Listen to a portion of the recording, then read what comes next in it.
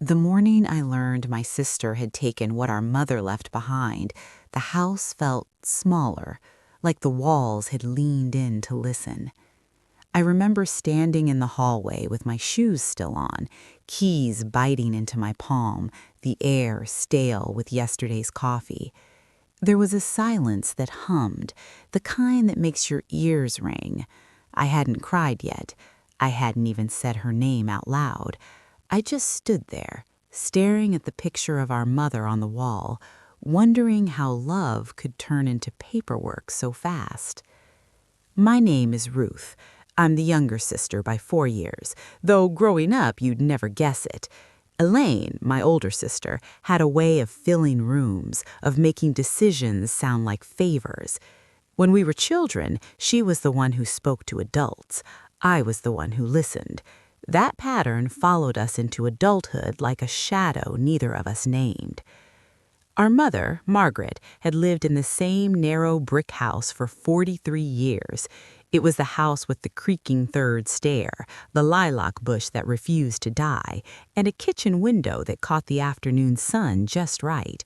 When Mom got sick, I moved back in. Elaine visited on Sundays, always late, always leaving early. She brought store-bought pies and spoke in careful sentences, like everything was already being recorded. Those last months were slow and tender. I learned the sound of Mom's breathing in the night, the way she liked her tea weaker than before, the smell of lavender lotion on her hands. We talked about ordinary things, weather, old neighbors, the price of milk, because talking about the end felt like tempting it. Sometimes she squeezed my fingers and said, "You've always been steady, Ruth." I didn't know then how much I would need that steadiness. When Mom passed, it was quiet, just the three of us in the room, Elaine, me, and a nurse who folded the blanket with a kind of reverence. Elaine cried loudly, the way people do when they want witnesses. I cried later, alone, sitting on the edge of the bathtub because it was the only place the sobs felt contained. In the weeks that followed, grief settled into routine. We sorted clothes, we gave away books, we argued gently over dishes.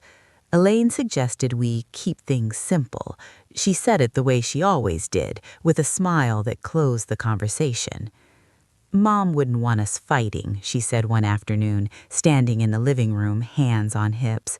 Let me handle the legal stuff. I've already talked to a lawyer. I remember hesitating. There was a flicker, small, easy to ignore. Elaine had always been the organizer, the planner, and I was tired, bone tired, in a way that made decisions feel heavy. "Okay," I said, "just keep me in the loop." She smiled then, warm, reassuring. Of course. Life tried to return to its shape. I went back to work at the library, reshelving books and answering questions about printer jams. At night, the house felt too quiet, like it was holding its breath. I slept in my old room, the wallpaper still faded roses, and sometimes I reached for my phone to call Mom before remembering there was no one to answer. Elaine called less and less. When she did, it was brief. "Just waiting on some documents," she said once, the sound of traffic in the background. "You know how slow these things are." I told myself not to read into it. Grief makes everyone strange. Besides, Elaine had a family, a job across town. I was the one still sleeping under our mother's roof. Guilt has a way of softening suspicion. The first real clue came on a Tuesday afternoon, ordinary as dust. I was at the kitchen table sorting mail when I noticed an envelope addressed to Elaine, sent to our mother's house. The return address was a law office downtown. I stared at it longer than I should have, my thumb tracing the raised ink. "It's nothing," I told myself, "probably a copy." I set it aside. I didn't open it. I made tea instead, watched the steam curl and disappear. Still, something in my chest tightened, like a string being pulled too far. That night I called Elaine. "Hey," I said, trying to sound casual, "a letter from a lawyer came today, addressed to you." There was a pause. just a beat too long. "Oh," she said, "yeah, they must have sent an extra copy. I'll pick it up later." Her voice was smooth, but I'd known her long enough to hear the thinness underneath. Days passed. The letter sat unopened in a drawer, heavy with its presence. I told myself again that I trusted my sister, that blood meant something, that our mother had raised us better than secrets. But grief has a way of sharpening your senses. I started noticing small things. Elaine avoiding specifics, changing the subject, the way she spoke about the house in the past tense. One evening, she stopped by unexpectedly, walked through the living room like a guest, not an owner. She glanced at the walls, the furniture, as if measuring. "Have you thought about what you'll do next?" she asked. "Next?" I said. "You know, eventually." I nodded, though my stomach dropped. "I'm taking it one day at a time." She smiled again, warm, reassuring. "Good, that's probably best." After she left, I sat alone in the dim light, the ticking clock loud in the silence. I felt foolish for not asking more questions, for letting things drift. But I also felt something else, a quiet resolve, unfamiliar but growing. I opened the drawer and took out the envelope. I didn't open it yet. I just held it, feeling the weight of paper and possibility. Outside, the lilac bush brushed against the window, petals falling without ceremony. That night, I dreamed of my mother standing in the doorway, trying to speak, her mouth moving without sound. I woke with my heart racing, the sense that something important was being taken while I slept. By morning, I knew I couldn't keep pretending.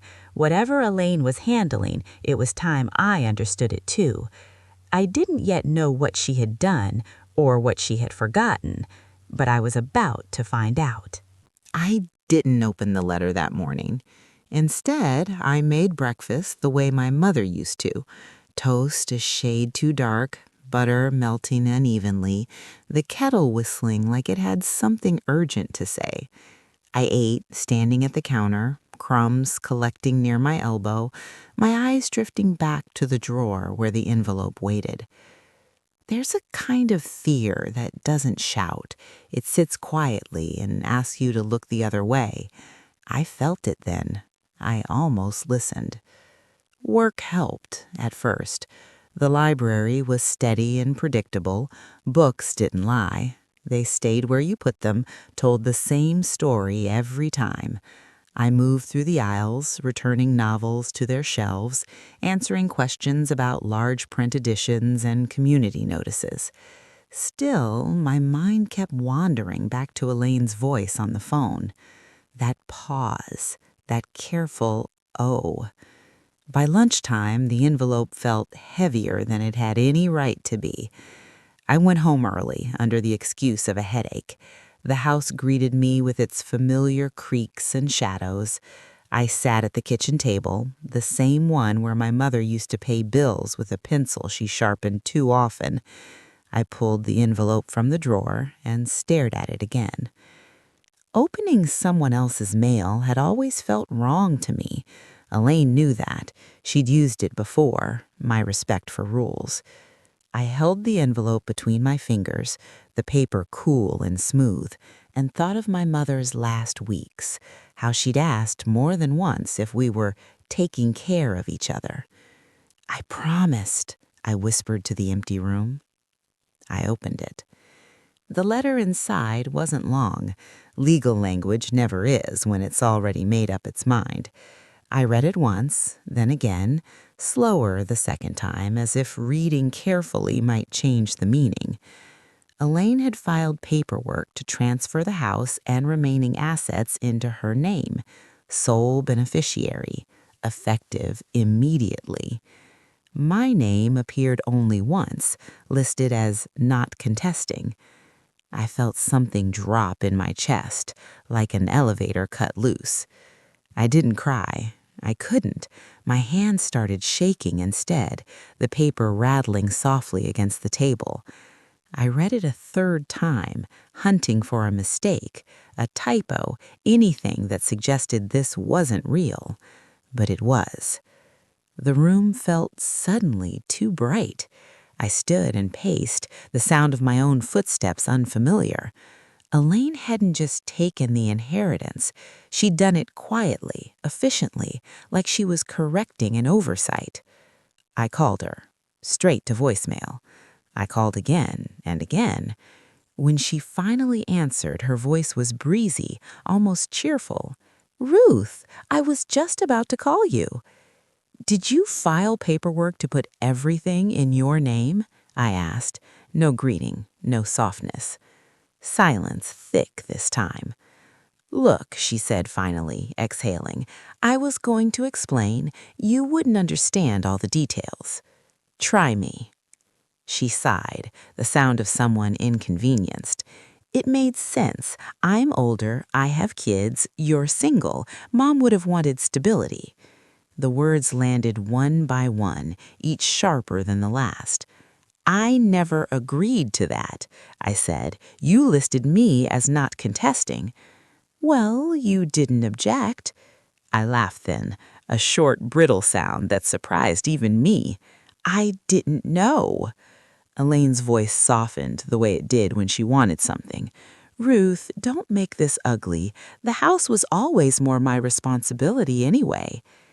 I thought of the nights I slept on a chair beside Mom's bed, the mornings I measured her medicine, the way Elaine had left early every time.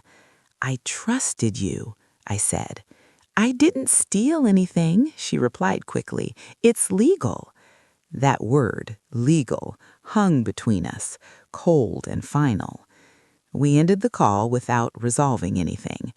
I sat back down at the table, the letter spread out in front of me, like evidence from a life I no longer recognized. Anger came next, hot and unfamiliar. Not loud, focused. That afternoon, I drove to the law office listed on the letter. The receptionist looked up, polite and neutral, and asked how she could help.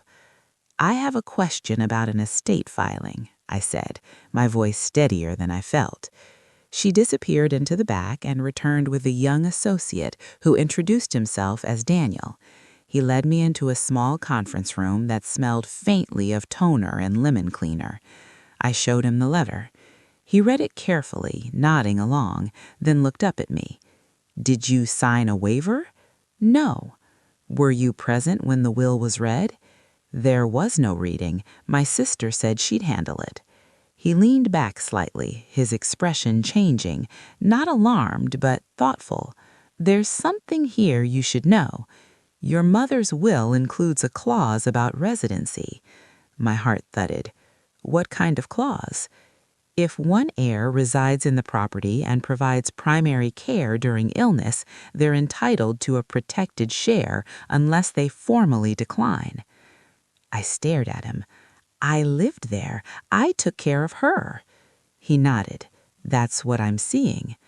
For the first time since opening the envelope, I felt the ground shift, just slightly, back under my feet. "So," I said slowly, "my sister couldn't just—" He smiled gently. "No, she couldn't just." Relief came, but it was cautious. I'd learned how quickly things could be taken. "What do I do now?" I asked. "We file a notice, and we ask some questions." When I left the office, the sky was overcast, the air heavy with rain that hadn't fallen yet. I sat in my car for a long moment, hands on the steering wheel, breathing. Elaine hadn't forgotten me out of carelessness. She'd forgotten something else entirely. She'd forgotten that I had been there. And that detail, the one written quietly into my mother's will, was about to change everything. I didn't tell Elaine right away. That surprised me later, how calm I became once I knew there was something solid beneath my feet. Knowledge has a way of cooling panic. Instead of calling her in triumph or anger, I went home and walked through the house slowly, room by room, like I was seeing it for the first time. The living room still smelled faintly of my mother's rosewater spray. The arm of the sofa sagged where she used to sit every afternoon, folding her hands in her lap like she was waiting for a bus that never came. In the hallway, the third stair still creaked, announcing every trip up and down like a small confession. I wasn't ready to lose this place. Not to paperwork. Not to a sister who hadn't been there when it mattered. That night, I slept deeply for the first time in weeks. When I woke, I knew what I had to do. Not with spite, not with urgency, but with steadiness. The kind my mother had always trusted. The next morning, I gathered evidence. I pulled out old calendars with doctor appointments circled in red, prescription receipts with my name on them, notes from nurses who'd come by the house, each one addressed to me. I found texts Elaine had sent, short, dismissive, proof of absence without ever meaning to be. "I can't make it today. Work's crazy. You're doing great, sis." I printed them all. At the library, during my lunch break, I called Daniel. He listened quietly as I explained what I'd found. "This helps," he said. "A lot." "Will it turn into a fight?" I asked. He paused. "It might, but it won't be messy if we keep it factual." That word again, factual. I liked it. It felt clean. The notice was filed 2 days later. Elaine received it the same afternoon. She called me immediately. "What is this?" she demanded, skipping any pretense. I could hear papers shuffling, her breath quick. "Why is a lawyer contacting me?" I asked questions.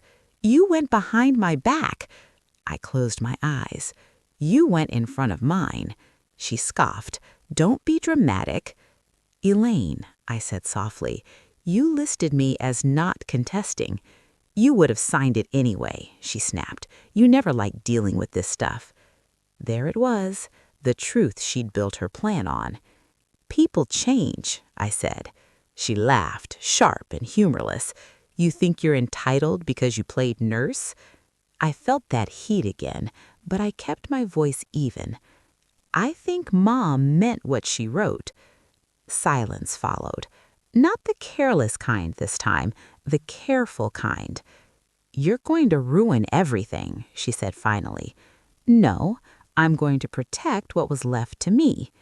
She hung up without another word. The next week felt suspended, like the moment before a storm breaks. Family members started calling, an aunt asking gently what was going on, a cousin pretending not to take sides while clearly doing so. Elaine talked. I stayed quiet. At night, I replayed memories. The way Elaine used to borrow my clothes without asking. The way she'd apologize afterward, already assuming forgiveness. I saw now how often I'd step back to keep peace, mistaking silence for kindness. The meeting was scheduled for Friday morning. Elaine arrived first, dressed sharply, lips pressed into a line that dared anyone to cross her. When she saw me walk in with Daniel, something flickered across her face. Not fear exactly, disbelief. We sat across from each other on a long table, polished to a shine. The mediator, a woman with kind eyes and firm posture, laid out the purpose of the meeting. Elaine nodded along, impatient. Daniel presented the documents calmly. Residency, caregiving, the clause in my mother's will quoted precisely. Elaine leaned forward. "This is ridiculous. Ruth never asked for anything." "That doesn't negate her rights," the mediator said gently. Elaine turned to me. "Why are you doing this?" I met her eyes. "Because you left me no choice." She scoffed. "You always do this. Act hurt. Make me the villain." "I didn't write the will. Mom did." That was when Elaine's composure cracked, not loudly, not dramatically, but in a small, unmistakable way. Her shoulders sagged, her voice softened. "She trusted me," Elaine said, almost to herself. "I was the one she talked to about money." "She trusted us both," I replied. The room fell quiet. In the end, the decision was clear. The house would be split as the will intended, Elaine would retain some assets. I would keep the house or sell it if I chose. Fairness restored, not invented. Elaine signed the amended agreement with stiff movements. When it was done, she stood without looking at me. "This didn't have to happen," she said. I watched her walk away, heels clicking sharply against the floor, and felt something unexpected. Not victory, not joy, but a clean, aching sadness for the sister I thought I had, for the one she chose to be. Outside, the rain finally fell, steady and quiet. Daniel offered a small smile. "You did well," he said. I nodded, but my thoughts were already elsewhere. Back in the house, back in the quiet rooms filled with memory and meaning. I wasn't finished yet. Not with Elaine, not with myself. There were still consequences to face, and not all of them would be private. The house didn't feel like a victory when I unlocked the door that evening. It felt like responsibility. I set my bag down by the entryway and stood still, listening to the familiar hush. Rain tapped softly against the windows, a patient sound. I half expected my mother's voice to drift in from the kitchen, asking if I'd eaten, reminding me to turn off the hall light. Instead, there was only the ticking clock and the weight of everything that had just happened. Elaine didn't call after the meeting. Not that day, not the next. What she did instead was talk. I learned that the way most people do, through sideways questions and careful pauses. My aunt called first.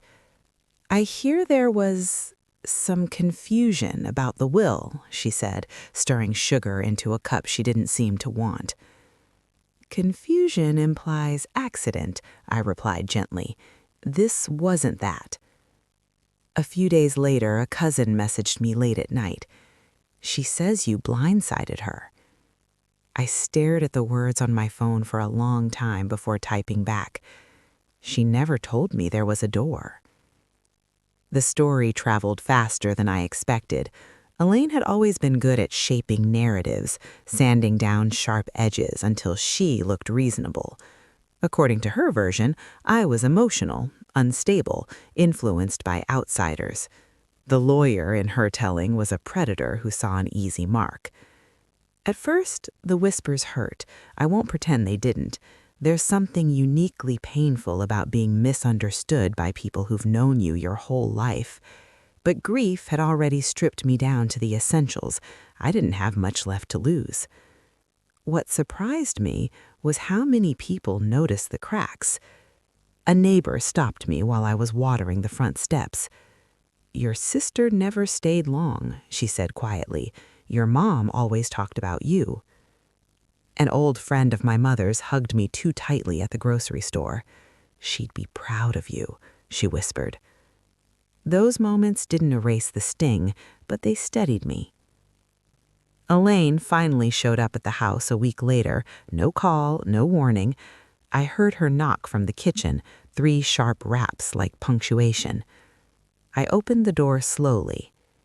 She stood on the porch, arms crossed, eyes scanning the house behind me like she expected it to have changed allegiance. "So, you're really doing this?" "I already did," I replied. She stepped inside without asking, heels clicking against the floor she hadn't walked on in months. She paused in the living room, looking around with something like nostalgia, quickly buried. "You've turned everyone against me," she said. I closed the door. I didn't say anything. She laughed, brittle. Silence can be loud. We stood facing each other, sisters by blood, strangers by choice. "You know," she said, lowering her voice, "if you just let me handle it, none of this would have happened." "That's the problem. You handled it without me." She looked at me then, really looked, as if searching for the sister who used to fold under pressure. "You've changed," she said. Yes, I agreed. I had to. For a moment, I thought she might cry. Her mouth tightened, her eyes glistened. But Elaine was never one to sit with discomfort. She straightened instead. "I hope it was worth it," she said. I watched her walk out, the door closing softly behind her. I didn't chase her. I didn't call her back. Some endings don't need witnesses. The following weeks were busy in a quiet way. I met with a realtor, not to sell, but to understand options. I organized paperwork. I donated some of my mother's things, keeping only what felt necessary. Her recipes, a sweater that still smelled faintly like her soap.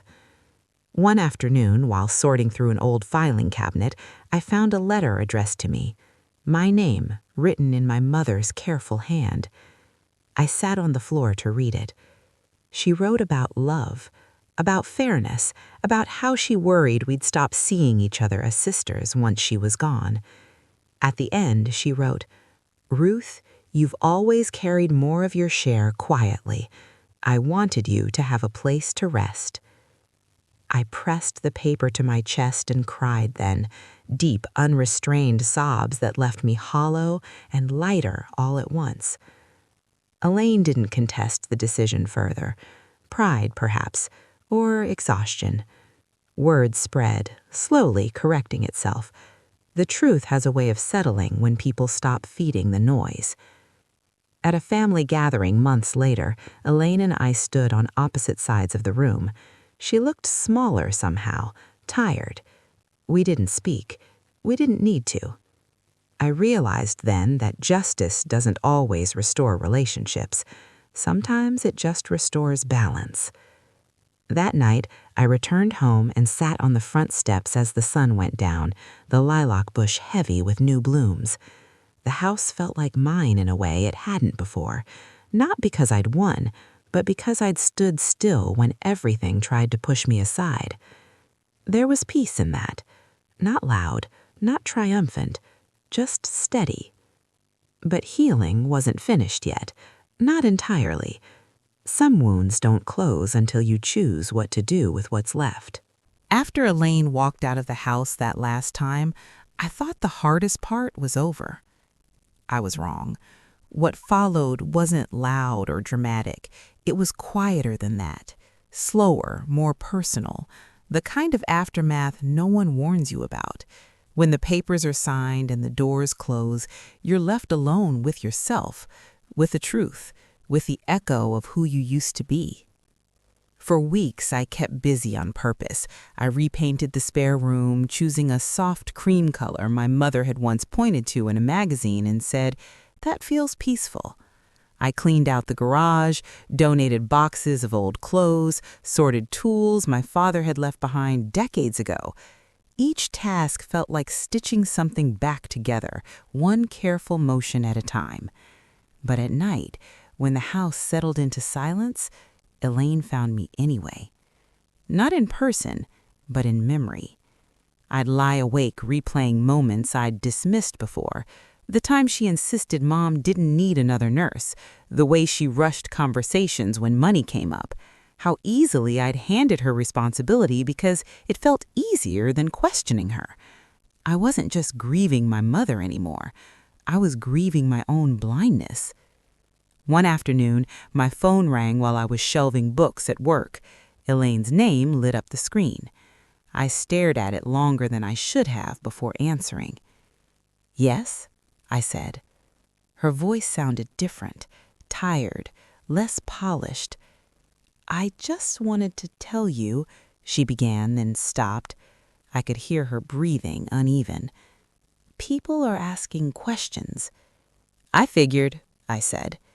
"They're not kind," she admitted. "They think I tried to cheat you." I leaned against the shelf, the smell of old paper grounding me. "What do you think?" There was a long pause. Then quietly, "I think I thought I deserved it." The honesty startled me. I was always the responsible one, the planner.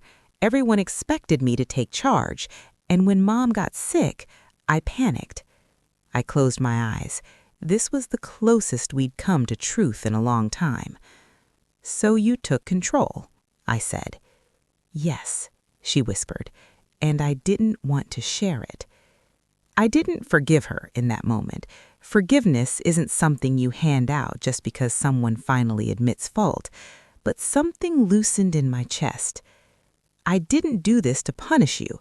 I did it because I was erased. I know. I see that now. We ended the call gently, without promises. When I hung up, I felt drained, but lighter too, like a knot had loosened without fully coming undone. The public consequences didn't disappear overnight. Elaine stopped coming to family gatherings. When she did appear, conversations shifted, voices lowered. She became careful where she once had been confident. I never corrected people. I never defended myself either. The truth didn't need my help anymore. What surprised me most was how people began to see me differently. "You were so strong," someone told me at church one Sunday. I smiled politely, but inside I thought, no, I was just done being small. Strength didn't feel like standing tall. It felt like standing still. Months passed. Seasons changed. The lilac bush bloomed and faded again. I planted herbs in the backyard where my mother used to sit, letting the dirt work its quiet magic on my hands. One evening, I found myself pulling out a folder I hadn't touched since the legal process ended. Inside were copies of everything: documents, letters, proof. I studied them for a long time, then closed the folder and set it aside. I didn't need to keep rehearsing the injustice. I'd already lived it.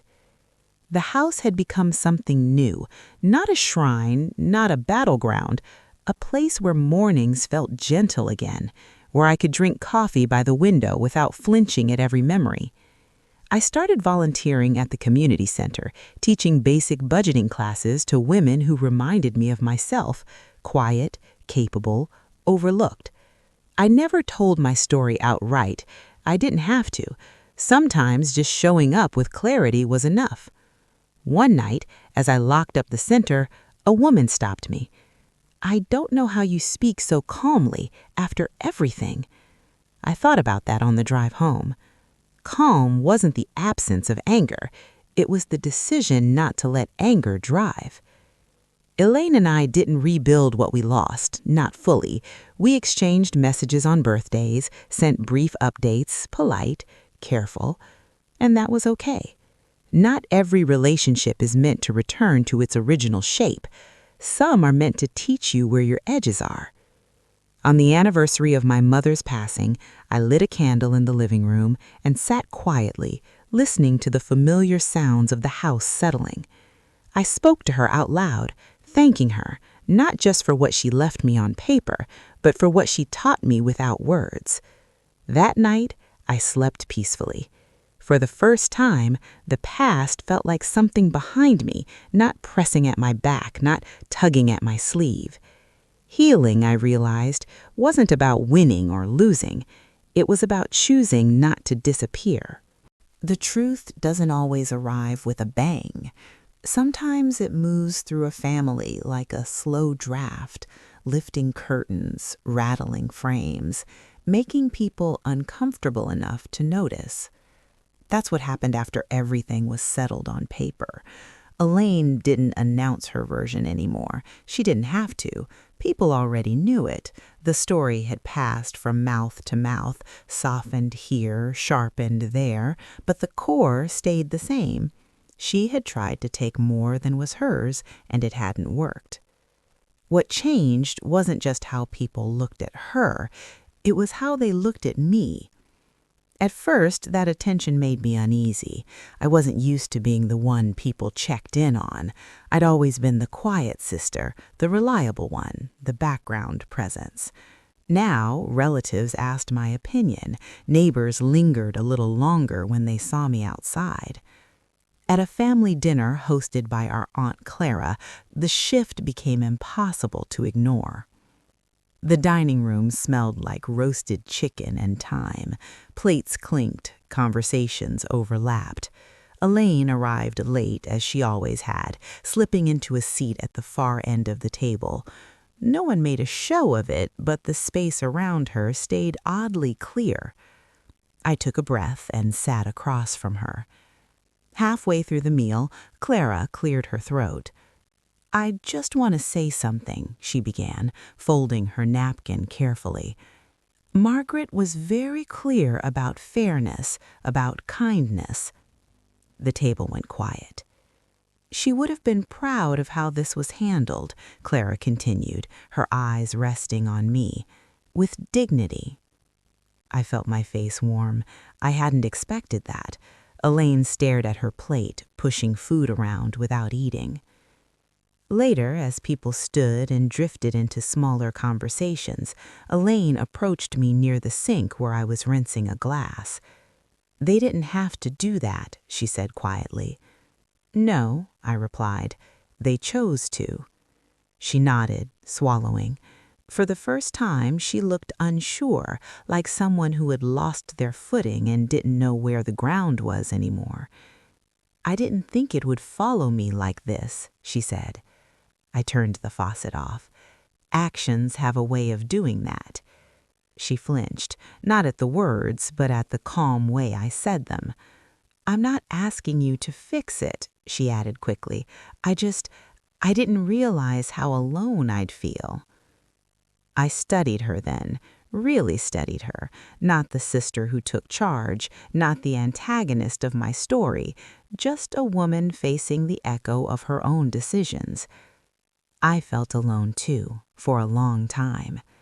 She nodded, eyes shiny, then stepped back as someone called her name. The moment passed, unfinished. Public consequence isn't about punishment, it's about exposure. At church, Elaine stopped volunteering for the finance committee. At neighborhood events, she stayed near the edges. People weren't cruel, they were careful, and that carefulness said more than any accusation ever could. I never corrected anyone. I never clarified details. I didn't need to. One afternoon, a local reporter called the library about community stories for a feature on caregiving. My supervisor suggested me. I hesitated. Then I agreed. The article wasn't about inheritance. It was about staying, about the quiet labor of love that doesn't come with applause. My name appeared in print alongside a photo of the house, our house, sunlight catching the front window just right. Elaine saw it. She texted me a single line. "You were always there." I stared at the message for a long time before replying, "Yes." That was all. The months that followed were steady, ordinary, and that ordinariness felt earned. The house hosted laughter again, friends over for tea, neighbors dropping by with extra tomatoes from their gardens. I repainted the front door a soft blue my mother once admired in passing. The day I finished, I stood back, brush in hand, and felt something settle inside me. I hadn't just protected an inheritance, I'd protected a truth. Elaine and I existed now in parallel, close enough to recognize each other, far enough to breathe. Some relationships don't end in reconciliation, they end in understanding, and sometimes that has to be enough. One evening, as I locked up the house, I noticed the porch light still on, casting a warm circle onto the steps. I left it that way, a small habit my mother had always insisted on. "For safety," she used to say. Standing there, keys in hand, I realized something simple and profound. I was safe now, seen, rooted, no longer shrinking to keep the peace. The world knew the truth, and more importantly, I did. It came in pieces, small, almost unremarkable moments that added up when I wasn't paying attention. A morning where I woke without that tight feeling in my chest. An afternoon when I laughed and realized I hadn't thought about Elaine in hours. An evening when the house felt warm instead of echoing. I stopped measuring my days by what had been taken from me and started noticing what remained. The library promoted me that spring. Nothing flashy, just a quiet acknowledgement that my work mattered. I celebrated by buying myself a new lamp for the living room, one with a soft amber glow that made the space feel gentler at night. It felt symbolic in a way I didn't fully understand yet, choosing light deliberately. I also began telling the truth more plainly, not my whole story, not the legal details or the family fractures, but the emotional truth. When someone asked how I was, I didn't say fine automatically anymore. I said, I'm learning, or I'm steady. Those words felt honest. They didn't demand sympathy, and they didn't deny pain. Elaine and I settled into a distant peace.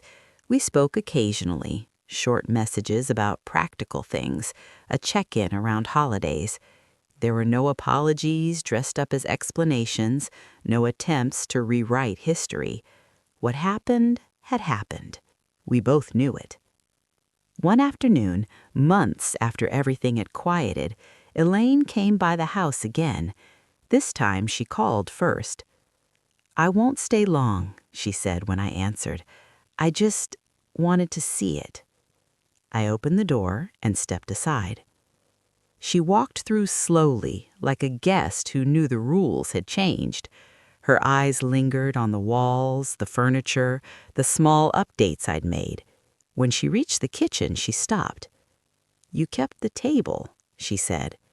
Yes, Mom's table, scarred and familiar, steady. She nodded. I'm glad. We stood there for a moment, neither of us reaching for the past. When she left, she hugged me, awkwardly, briefly. It wasn't closure, but it wasn't nothing either. That was enough. I learned something important that year. Forgiveness isn't a finish line, it's a boundary. It doesn't mean forgetting. It means choosing not to keep reopening the wound. The house became a place of quiet purpose. I hosted small gatherings. I planted new flowers alongside the lilac bush. I taught classes and watched women find their voices the way I had found mine, slowly, carefully, without spectacle. Sometimes, late at night, I still thought about the moment I opened that envelope, the shock, the betrayal, the way my hands had shaken. But those memories no longer controlled the room. They sat where they belonged, in the past. What stayed with me was the lesson my mother left behind without knowing she had. Love doesn't excuse erasure. Trust doesn't mean silence, and dignity doesn't need permission. On the anniversary of the settlement, I walked through the house and touched the door frames, the window sills, the worn places where life had passed through again and again. I whispered a quiet thank you to my mother, to myself, to the version of me who finally asked questions. I hadn't won something back. I had claimed myself. And that, I realized, was the real inheritance.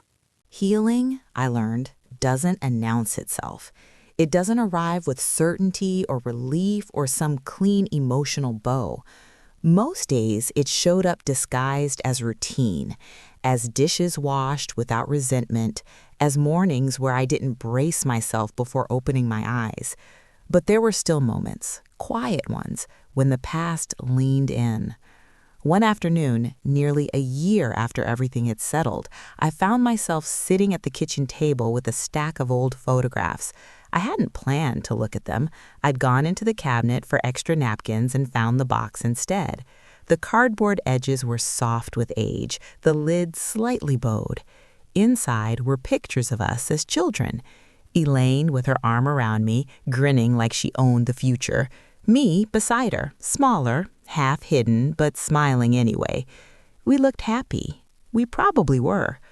I realized then that part of my grief wasn't just about what she'd done, it was about who she had once been to me, or who I thought she was. Losing a sister doesn't always mean losing contact. Sometimes it means losing the illusion. I put the photos back carefully. Some memories deserve respect, even when they no longer fit your life. Elaine and I continued our careful distance. There were no arguments, no confrontations, just a shared understanding that closeness had consequences we weren't ready to face again. She sent me a message once, asking if I'd kept any of Mom's handwritten recipes. I scanned a few and mailed them without comment. When she thanked me, her words felt genuine, but restrained, like someone afraid of asking for too much. I understood that feeling better than I ever had before. The house kept changing, slowly, not structurally, emotionally. I rearranged the living room so the couch faced the window instead of the television. I stopped trying to preserve everything exactly as it had been. Preservation, I realized, could become another kind of fear. One Saturday morning, while planting new flowers, a neighbor leaned over the fence. "Are you staying for good?" she asked. I wiped my hands on my jeans and looked around. The sunlight filtered through the trees just like it always had. The house didn't feel heavy anymore. "Yes," I said, "I think I am." That answer surprised me with how right it felt. Staying wasn't about obligation now, it was about choice. The legal detail Elaine had overlooked, the residency clause, had protected me on paper, but what truly saved me was something less visible, the decision not to shrink anymore, not to assume silence was kindness, not to let responsibility be mistaken for surrender. I saw the pattern clearly now. Elaine had always stepped forward. I had always stepped back. Not because I couldn't lead, but because someone else already claimed the space. When that space collapsed, I finally stood where I belonged. There were days I wondered if Elaine thought about it too, if she replayed the moment she signed those papers without telling me, if she ever wished she'd just talked to me instead of assuming. But that wasn't my work anymore. My work was living well, not loudly, not performatively, but honestly. I began mentoring a younger woman at the library, newly divorced, unsure of herself, apologizing too much. One afternoon, she said, "I don't want to be difficult." I looked at her and said something I wish someone had told me sooner. Difficult isn't the same as defined. The words stayed with me long after she left. Time softened things, not into forgiveness exactly, but into perspective. Elaine wasn't a monster. She was a woman who mistook control for safety and entitlement for leadership. That didn't excuse what she did, but it explained it enough for me to let go of the need to punish her in my mind. Justice had already done its work. On the second anniversary of my mother's passing, Elaine and I stood side by side at the cemetery. No words passed between us. None were needed. We were two daughters standing where daughters stand when everything else falls away. When we parted, she touched my arm lightly. She said, "I'm glad you stayed." So was I. That night, back in the house, I turned off the porch light and stood in the dark for a moment, listening. The silence no longer felt threatening. It felt earned. I understood something then with complete clarity. The inheritance wasn't the house. It wasn't the money. It wasn't even justice. It was the moment I stopped asking for permission to exist fully in my own life.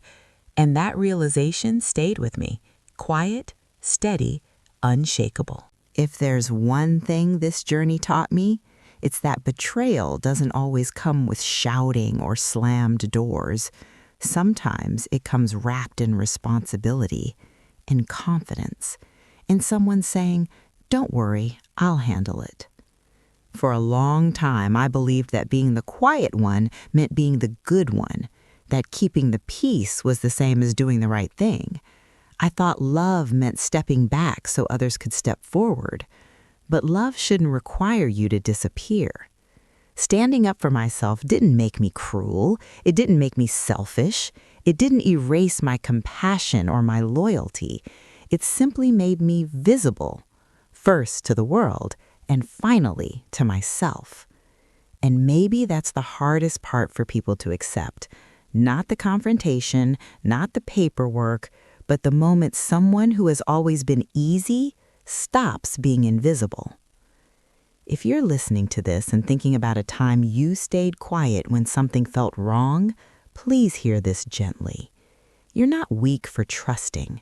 You're not foolish for believing in family, and you're not wrong for deciding one day that you deserve clarity. Sometimes justice isn't loud. Sometimes it's just you saying, I was here, I mattered. So I'll leave you with this question, one I asked myself when everything was on the line. If someone you loved crossed a boundary you never thought they would you protect the relationship or would you protect yourself? There's no easy answer, only the one you can live with. If this story touched something in you, if it felt familiar or uncomfortable or quietly true, share your thoughts in the comments. And if you want to hear more real human stories about strength, dignity, and the courage it takes to stand still, I'll be right here.